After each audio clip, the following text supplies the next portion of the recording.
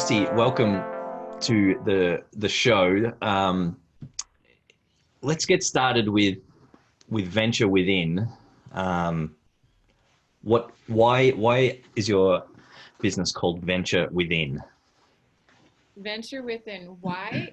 Well, it sort of went out all the other names that just didn't fit. But with Venture Within, it was something about the type of leadership I deliver. It's all about understanding yourself first, right? So people will engage in courses or take on new learnings in order to develop their outside world, right? Relationships with other people, maybe to scale the ladder in their career or whatever. But Venture Within, like the leadership I do, is all about like your internal growth, right? It's all about tapping into what really makes you happy.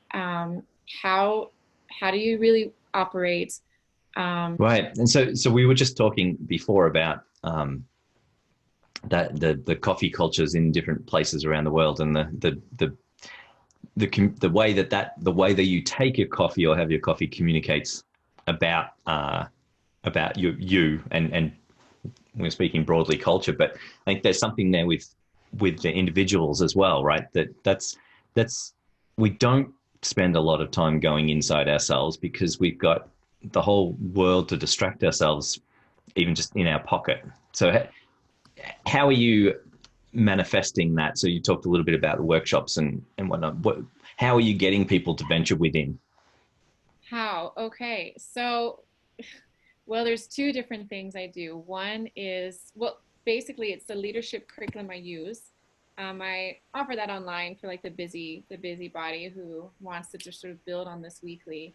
But the best thing for anybody, and my favorite thing to do are retreats where people leave their day to day. Like I think it's so easy just to stick to the routine we have Monday through Friday with work or school, maybe evening workouts or evening meetings or whatever, and weekends. Especially for people with kids, it's stacked with you know chores, sports, or any maybe like a family outing or whatever. Like days are so crammed, and I find that people's lives are so busy that day by day we just are running in like this hamster wheel, and we don't really stop to think about, are all the things we're doing in our day to day really creating this life that I want? I want more time. I want more time with my family. I want more sleep. I want to do a job I love. I want to integrate, I want to pick up a hobby. I want to integrate new things into my life that I don't find time for. And so for me, I get people to venture within by, first of all, taking them somewhere cool, right? You have to change your surrounding to really kind of let go of that grocery list that's always there. Um, and I find once people sign up for, an adventure, they want something new, they want to breathe different air or be around different kinds of food or see something beautiful. I only travel to beautiful places. And so usually tropical.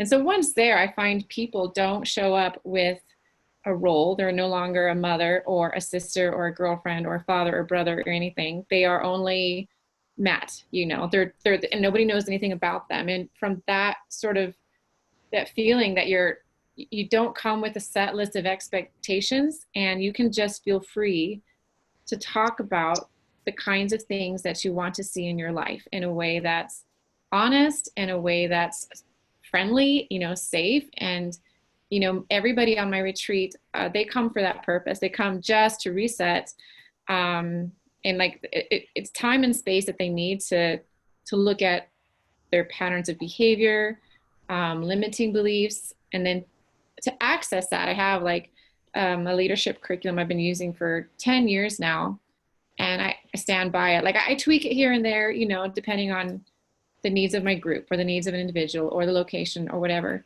But you have material that you then can like a guideline to help you understand what your values are. Are you identifying areas where those values aren't being honored, like eating healthy or like finding time for your kids or whatever? And then we give it like, for me, like venture within, like you can go, access these parts of you that aren't working quite so well. Maybe it's communication with others. Maybe it's patience, or maybe it's being braver or having less fear, whatever it is. Um, Part of what venturing within is discovering how to take steps to repair that or improve that, or whatever the needs are. It's not just a one-off experience where we feel good and take nice pictures. It's like repivoting the direction of your life is what the whole point is. People, Yeah, and when we first connected, that so speaks to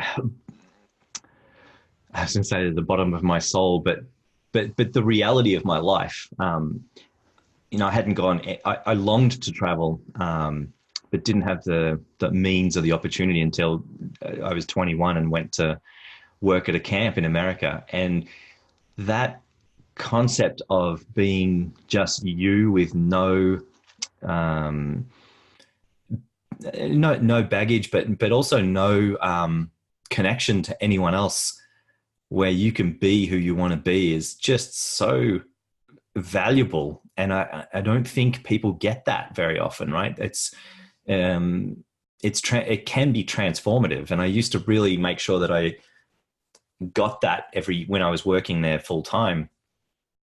I made sure to go and travel by myself for 2-3 weeks at a time, wherever, because you can just be yourself. So what are people going away with? Like, what are some examples of people who have been to the retreats? yeah, they just realign what their priorities are, and it's not that people want to shirk being a parent or, get rid of their job. Like they want, their family or their job around them, but it's just not lining up right, like there's other things that aren't, they're not finding, the things that they truly enjoy accessible. And so what they do is often they come back. So like the next year I'll get, like, which is great because there's always something different, right? We're always evolving, we're always at different stages. So it's always entirely new. But what they end up doing is reorganizing their life. For example, okay, so I had a group of women earlier in the year. One of their, it wasn't quite a fear, I guess it was more of a mental block of requesting or feeling valued in the workplace. And so, we kind of dug into, why that was, what are the limiting beliefs, and like kind of workshop it until she was at a point of confidence where she could go back to the workplace and realize that the things she wants, like buying a house maybe, or to travel more, or whatever, just basic quality of life, she needed more money for. And so she did, like she went back to her boss and asked for a raise, and she got it. And I think they even prorated it, so that's the kind of, I mean, not everybody wants a raise, but whatever immediate change you need, like you understand what to do at the end of the trip.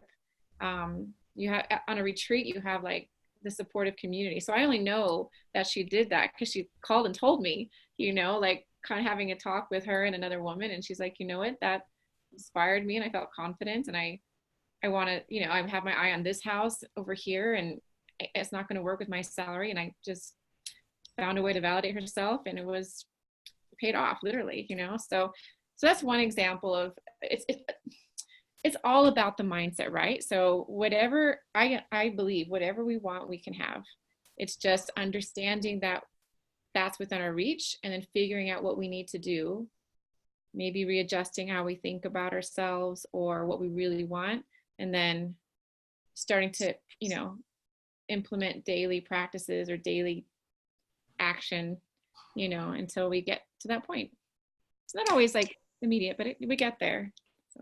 Yeah, and I remember fondly when I would come back from these going away times. I almost always would rearrange my apartment. I would and start, because that, for some reason, physically changing the environment really helps me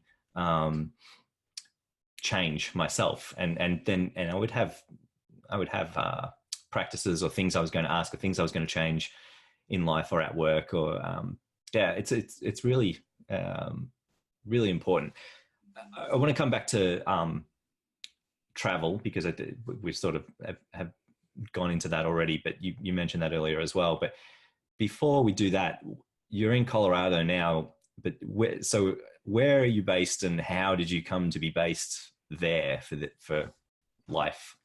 Home is Nicaragua for me, and I've been there about 5 years now. And my business is in Texas, right? So it's an American business. I'm registered here. Previously Australia, but Nicaragua, I just the on the the package, it's beautiful, it's affordable, it's close enough to the States where I can see my nieces and nephews and kind of come back and forth to America regularly and inexpensively. But the biggest reason I love living in Nicaragua is the community I found there, um, in both Nicaraguan community and the expat community. So expat community, I'll start with expat community first. Expat community is great because I live amongst international people. I'm American, but my neighbors are Venezuelan, Canadian, Uruguayan, Spanish, Russian, Australian, French, Italian, and everybody who works there works very hard to live there. Most of them are surfers. I just kind of splash around, but they're there for the lifestyle because they've chosen this lifestyle in this beautiful country. And their jobs are either in hospitality and tourism and photography. They own gyms. They have a garden and they deliver like healthy foods. And so for them to maintain this lifestyle they want, they figured out how to either work remotely or work in that country. And many of them have families that they've raised there. And so to me, I'm inspired by other entrepreneurs who are just have figured it out and are still figuring it out. It's not easy, but it's like this collective of people who kind of live outside the box, and we kind of watch each other grow and scale and have be hit by hardships and figure it out. And I just love the energy and the spirit of in the international aspect of the community I live in for the expats. Nicaraguans, they teach me patience because they're so laid back and they just don't worry about time. And for me, like, I'm from Tennessee, but I spent a lot of time in Southern California, and it's just like, come on, get things done, get on the freeway, get off the, it's so fast paced. And when I get in that mindset of like, okay, go to the store, get this, fix the car, whatever, I can't because there's an entire herd of cows standing in the road and the farmers are talking to each other. Like it teaches me just to be like move at a little slower pace, because what happens when I'm stuck behind cows or pigs or whatever is I look around at this beautiful country. That power goes out once a week, so what do? Go outside, go see my neighbor and have a coffee with her, and like it pulls you away from your screen and reminds you that we're not in control. I'm still learning this lesson. It still drives me crazy when the power goes out and I'm doing this, but so I was also 21 years old when I first started traveling, and that's when I shot off to the UK and haven't been back. Yeah, so talk us through that, because that's it's a big step for a lot of people, and Yeah. maybe a bit easier for 21-year-olds, but still a difficult thing to do. Did you leave with the intent to be teaching in the UK for a while, or did you how did that all work? I had I had finished my undergrad, and I studied English literature and history. Like I right now I run a business, but I always believed, even just with a basic English degree, that would open doors for me with communication. I didn't need to sort of streamline and sort of pigeonhole myself.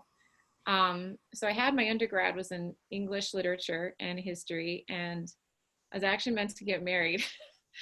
And I thought, well, before I go, get the house and 2.5 kids or whatever, I want to go see all the places I studied. I wanted to see the cathedrals and the castles, and I just wanted to, and I didn't want to go take selfies by St. Paul's. I wanted to feel the stones, and I wanted to just be amongst it. And I didn't think I could do that in a 1 week holiday or a 2 week holiday. And I definitely couldn't do it with my partner. So, ex-partner. This is just a little foreshadowing there. But yeah, I ended up going for 4 months, and I traveled with a Canadian university, Queen's University out of Kingston. And I chose them because they had a satellite campus that was in a 14th century, maybe it was 15th century castle. A moat, a drawbridge, ghost towers, the whole thing. And it was on this beautiful land in Sussex. And I thought, that's where I want to go. I want to go there for 4 months. And it was an international study center. So there was people from all over the world there. It's about 100 people, 100 students.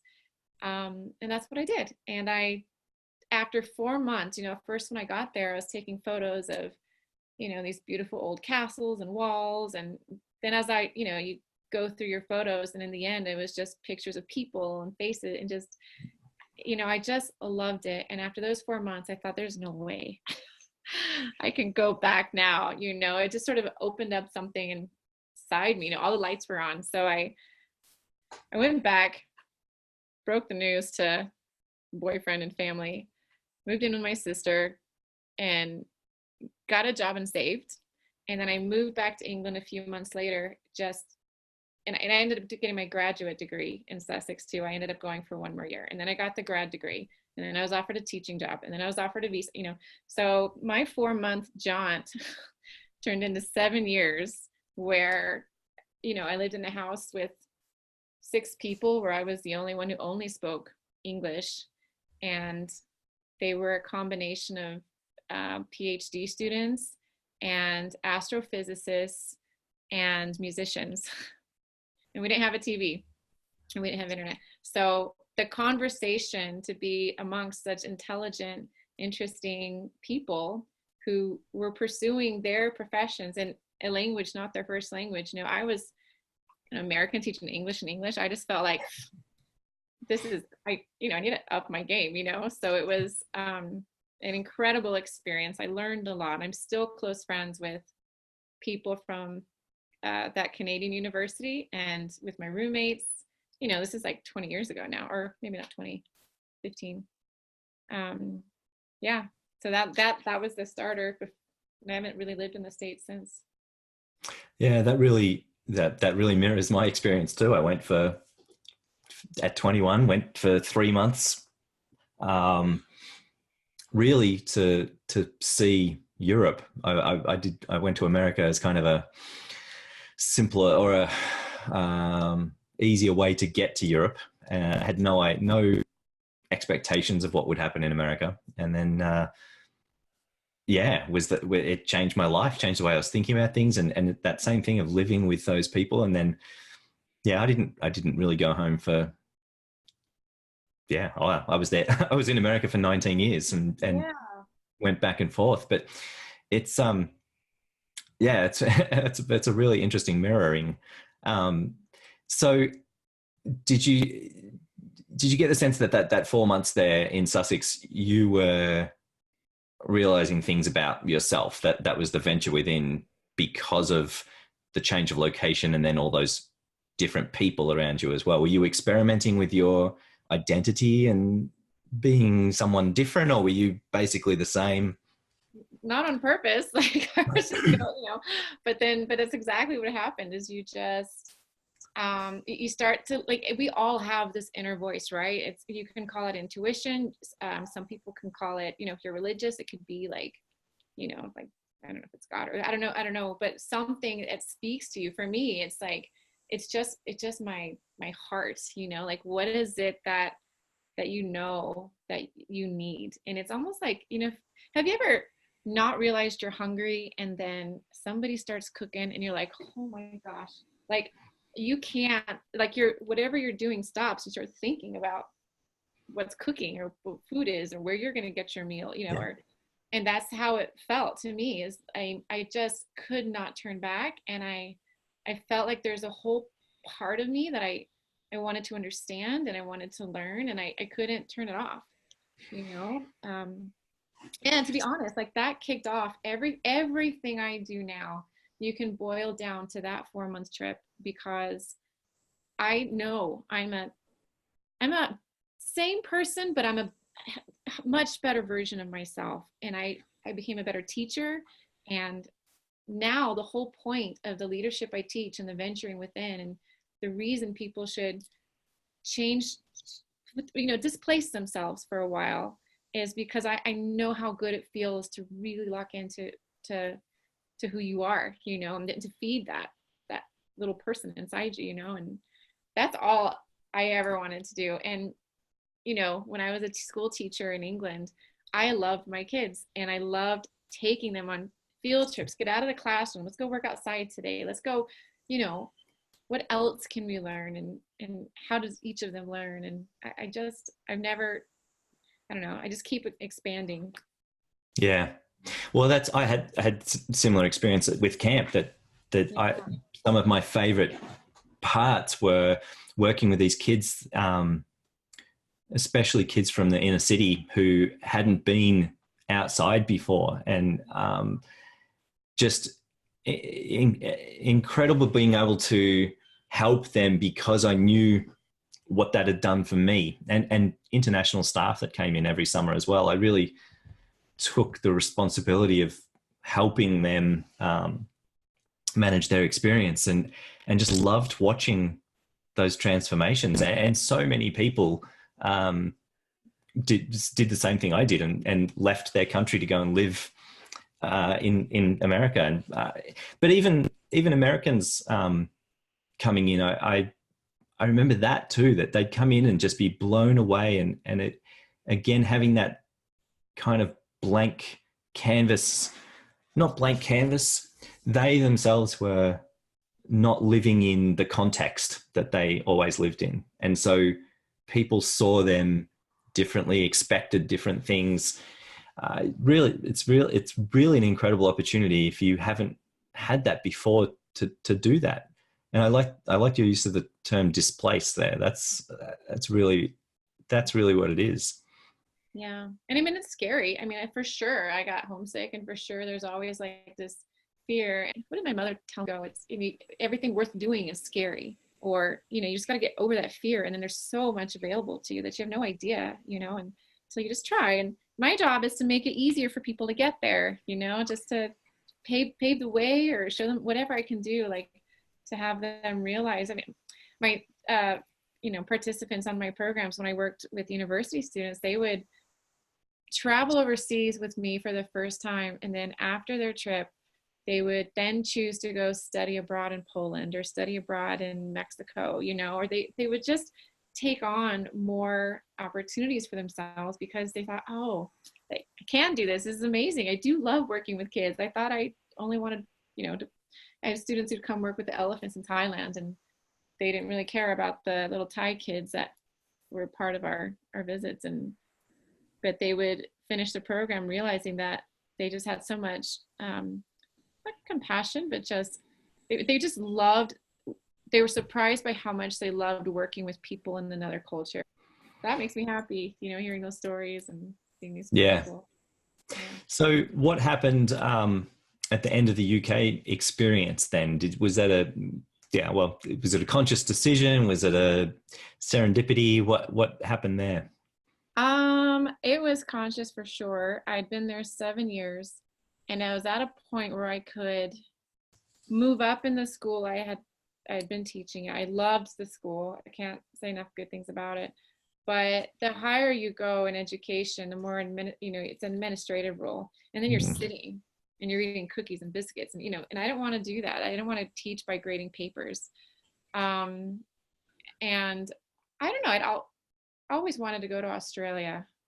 So I thought, I think I'm ready to go to Australia. And so I tried to go back to the States for like a year. It didn't really work out. I ended up traveling to Jamaica, Colombia, Ecuador. I just like, what am I doing here? So yeah, the UK ended by choice because I think I just realized that stage in my life was done. So what was that move then? So how did you were teaching in Australia as well, right?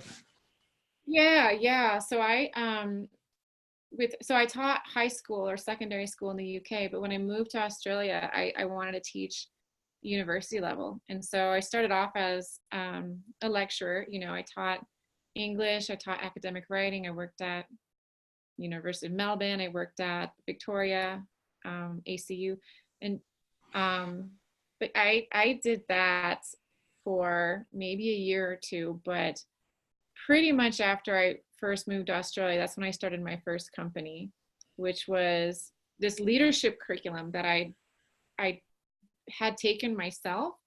And I just thought, man, this leadership is so good, you know. And I had a couple acquaintances that became business partners, who wanted to create like a travel company. And I was like, yeah, a travel company, but we have to teach this leadership as part of it, you know. And so other opportunities, especially for university students, to give them access to a country. They had very important jobs to do. It wasn't like a pat yourself on the back, brought food to the same school that the last group of volunteers, you know, everything was clear, community driven, needed change because communities need different things at different times. But the company I created out of Australia let me travel.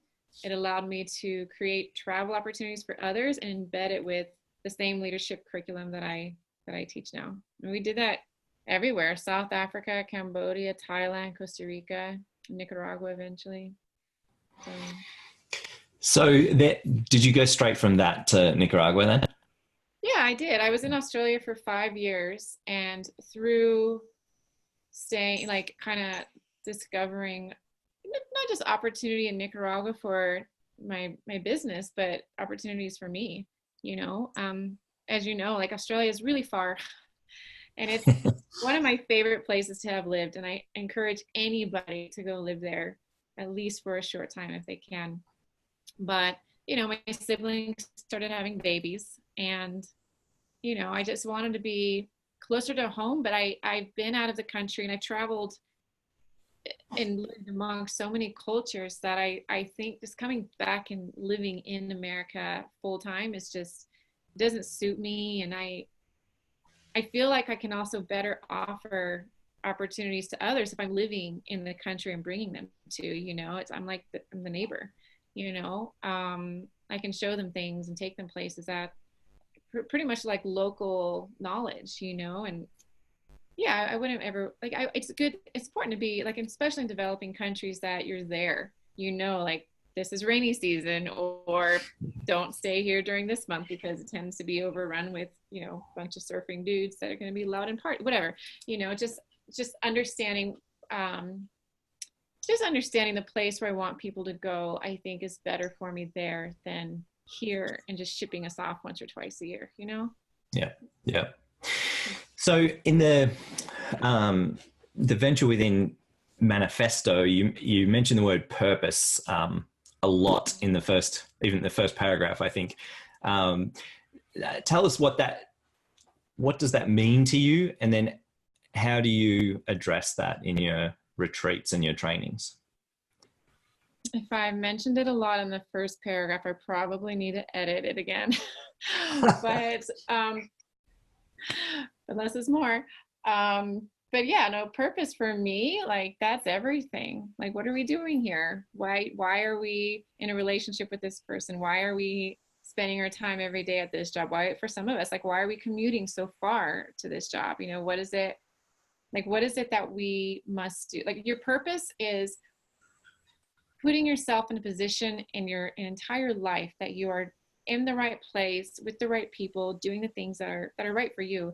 And I mean, maybe it might have like a selfish taint to it, but we can't do anything for others if we're not, you know, aligned ourselves, you know, if we're not not even in the flow, but like finding our purpose, like finding what it is that we're here to do, you know. Like, people who are good teachers who want to teach, why aren't they teaching? You know, how can we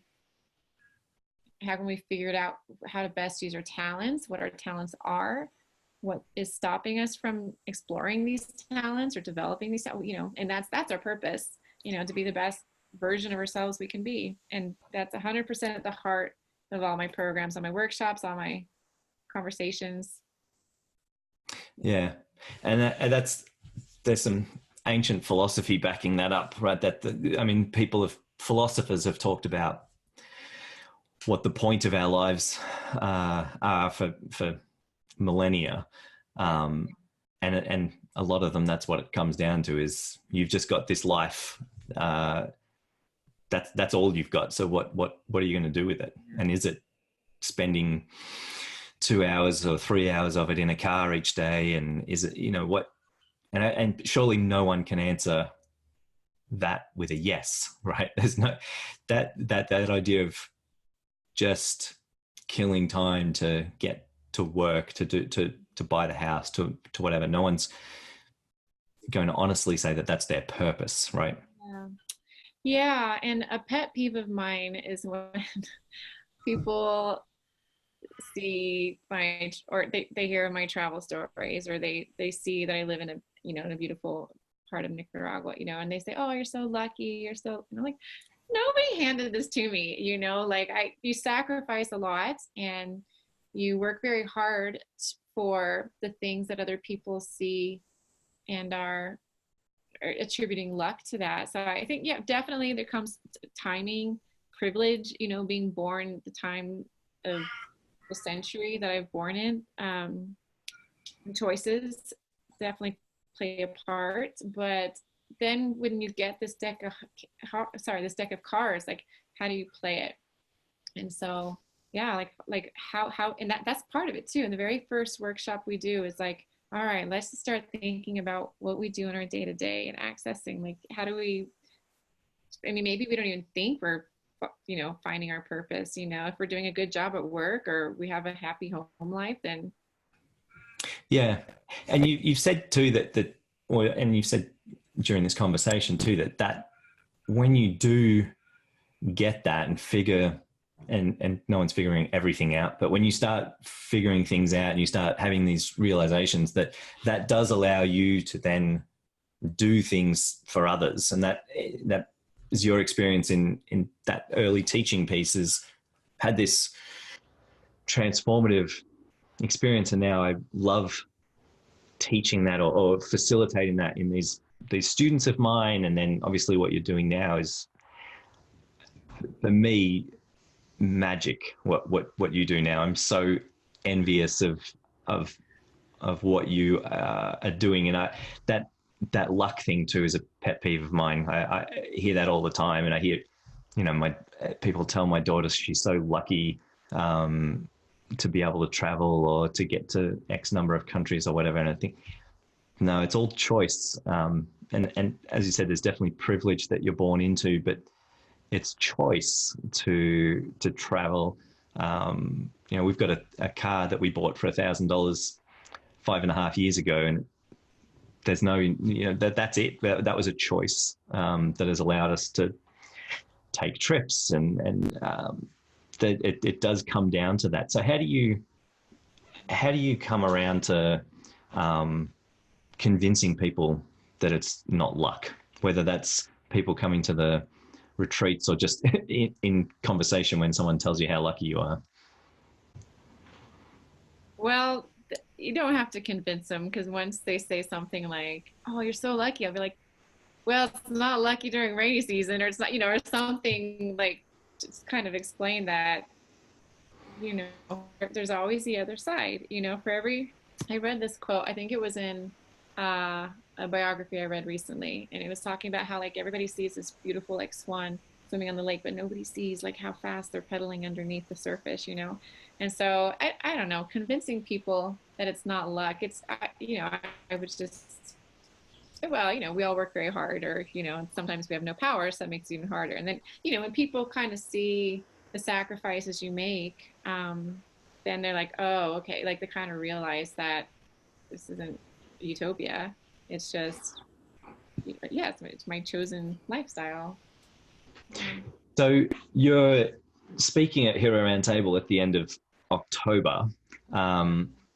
What interests you about? I don't want you to give away your talk, but what interested you about that experience, or the yeah, I guess I can't remember how you found Hero Roundtable, but yeah, what about that interests you? in consideration of what you're doing now? Well, it's sort of like, I don't know, the word hero was very like romantic, right? It's like it kind of draws you and you're curious about it. So that was interesting. And then the locations where you were, like that resonated with me. And then at first, that's what kind of got me to explore a little farther. But just the whole idea of creating an event, a conference that brings people together to share ideas of how to be a good person, how to be a better person, how to influence people in positive ways. I mean, the world is, there's so much bad news, and there's so much out there about things going wrong, or hatred, racism, sexism, the environment. Like, there's so much out there that's so negative. And especially when we have like our iPhones in our hand, that we're being fed this constantly. And it just, we need to, for me, and especially as an educator, like to encourage people, like that they can just be so much, and here's how you can make a difference in one small life. And here's the ripple effect it'll have on people you may not even see, people you don't know yet, like people, things that won't ever come back to you, to really have this, and the clarity and the certainty that the choices we make day to day will create something positive in the world. It could be in a small space or in a huge space. And I think it's very inspiring. And anything educational, inspiring, involves travel, like I just wanted to be a part of it, because it's everything that we do. And it's encouraging, and it holds people up, So we're at the end of our time. How can people find you if they're thinking at the end of this they want to do what you've got?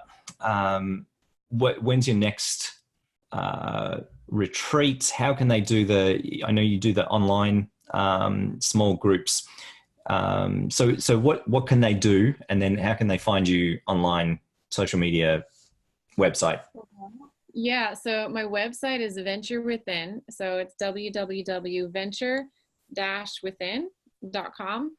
But just emailing me, like Christy, like I'm the one that answers the emails. I'll be the one on the phone.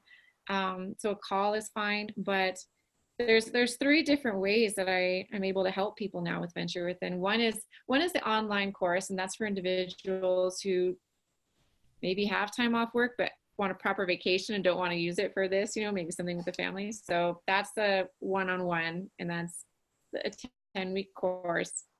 And it's just like this, just talking through all the steps. I have started co-hosting retreats, which has been a real exciting leap that I love. Like, we're never done learning, right? Like, I teach leadership, but I'm constantly learning myself. So, I will hope to learn all my life. And so I've been partnering with other executive coaches, yoga instructors, wellness instructors who are based in the States usually, and they have, clientele, but they would love to throw a retreat, but they want to go overseas, but they don't know where to start and all the back. Like, I can put together a retreat overnight. So if somebody else has a coaching series they want to teach and we partner that way, perfect. If I can bring them to Costa Rica or Nicaragua or wherever, then, and there's like an exchange of energy and education there, and it's just amazing. But then also I have retreats that are set up that people can just join as individuals too. I just released one in Santa Fe, New Mexico, which is my first retreat ever in the States. For the website, it has the programs, the calendar, the dates, and it's really easy for me to talk to anybody who wants to find out what works for them, and then we just go what works for them. Awesome. Well, Christy, thank you very much for the time. I imagine a lot of people are going to be thinking about how they can get away after listening to this, and I can't wait to get you in the Hero Roundtable fold in a couple of months. Really looking forward to it. So thanks again. I'm super looking forward to it. Yeah. Thank you very much, Matt. Talk to you.